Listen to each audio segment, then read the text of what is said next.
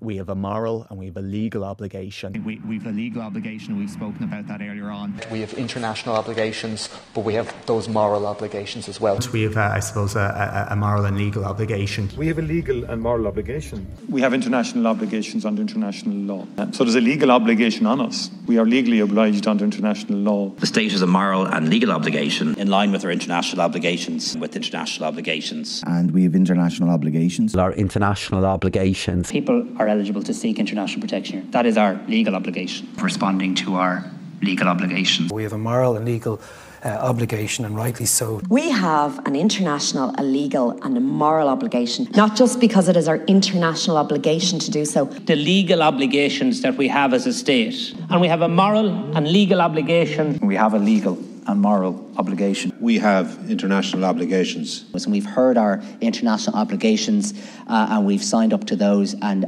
nobody disputes that. And there are international treaties under which we apply rules. To its international protection obligations. Ireland has international legal and moral obligations.